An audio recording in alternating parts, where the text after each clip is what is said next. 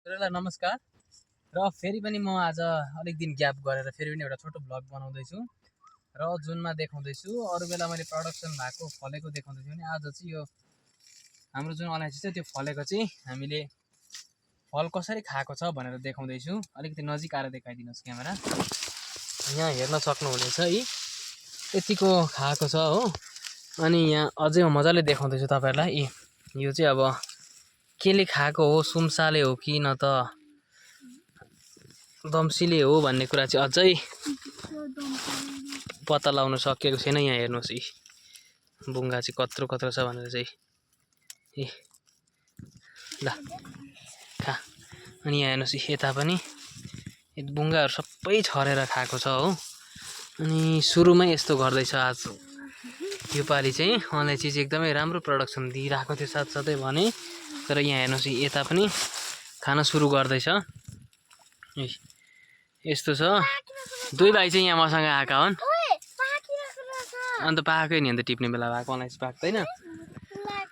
अनि यसरी चाहिँ खाएको छ योपालि हो। अनि यो एकदमै राम्रो फलेको झाङ थियो भने यतिको खाइदियो। अन्त पछाडिपट्टि यतापट्टि माथिल्लोपट्टि पनि यस्तो खाएको छ। त यो झाङहरू लडाएर यहाँ त ठुल्ठुलो फलेको छ, त्यो सोसार खाएछ क्या है। पिरो रहेछ कि कस्तो रहेछ है? पिरो। अनि यहाँ दुई भाइ चाहिँ टेस्ट गर्दैछन् अलैँची कस्तो छ भनेर। कस्तो रहेछ अलैँची? मिठो सानै ए ल। अनि यतिको अब हाम्रो लगभग यो माउ फाड्ने बेला भइसकेको छ भने हाम्रो अलिकति मसिनो झाङ छ। यिनीहरू चाहिँ हाम्रो 3 वर्षको झाङ हो। 3 वर्षको झाङमा अलिकति कम्ती प्रडक्सन छ। लगभग यसमा 20 बुङ्गा 30 बुङ्गा जति छ होला हो। यसमा त हाम्रो झनै 100 बुङ्गा भन्दा पनि बेसी थियो यसमा सायदै। यसमा 100 बुङ्गा भन्दा पनि ज्यादा थियो भने अहिले चाहिँ अब निकै लगभग पनि 30-40 बुङ्गा चाहिँ ढुट्टै पारेछ। रको चाहिँ यहाँ यता छ, यता पनि 20-30 बुङ्गा 20-30 बुङ्गा त सबैमा छ। यहाँ हेर्नुहोस् है, यस्तो छ।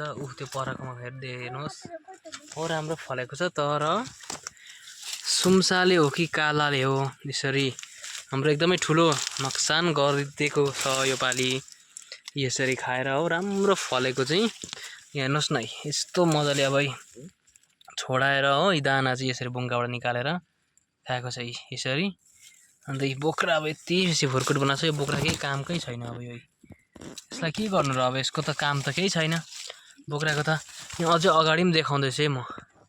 र यहाँ पनि यसरी बुङ्गा चाहिँ यसरी लडाएको रहेछ हो। यसरी पक्की भचाएर निकालेको छ भने यसरी अब राम्रो फलेको जुन झाङ थियो त्यो झाङ चाहिँ यसरी ढुट्टै पो पारेको छ त योपालि त। यिनीहरू चाहिँ राम्रो प्रडक्सन दिएको झाङहरू चाहिँ, राम्रो फलेको झाङहरूमा चाहिँ पुरै खाएको छ भनौँ न। अनि यसलाई कसरी रोक्नुपर्छ आइडिया दिनुहोस् है तपाईँहरूले पनि अलिक कमेन्ट गरेर। यो खाने दम्सी सुम्सा के सलाकहरू के छ, यसलाई चाहिँ कसरी चाहिँ हामीले कन्ट्रोल गर्न सकिन्छ अलिकति हामीलाई आइडिया दिनुहोस् है यो विषयमा। सानो दम्सी चाहिँ यहाँ चाहिँ खाएकै छ, यो सानो सुम्साले चाहिँ हो। यसलाई त रोक्ने आइडियै छैन। अब यो बेलुका लागेर बेलुका खाने चाहिँ रोकिदिनुहोस् है ल। कसरी आइडिया दिनुहोस्। यो सानो सम्सी त रोकिँदैन। अरू ठाउँ त कता खाएको छ खाएछ त्यो नि। ए लु, यत्रो बुङ्गा चाहिँ खाएको छ है। छोड त अब राख्दा हो। यहाँ भुइँमा देखाउँ कतिको आम्मा हेर है, परैसम्म खाएको छ। ऊ पर रास देखिँदैछ होइन। वरिपरि खाएको रहेछ यहाँतिर है। यहाँनिर पनि मजाले आम खाएछ हो, बसेर खाएछ। अनि त्यहाँबाट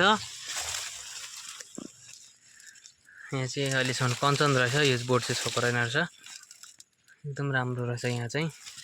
अनि यहाँ पनि मसिनो बोट छ। यिनीहरू चाहिँ लगभग 20-30 बुङ्गा मात्रै छ। खालि 2 वर्षको हो यिनीहरू चाहिँ।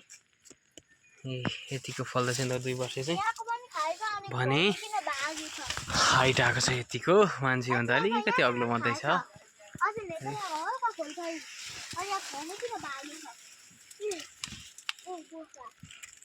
खाएछ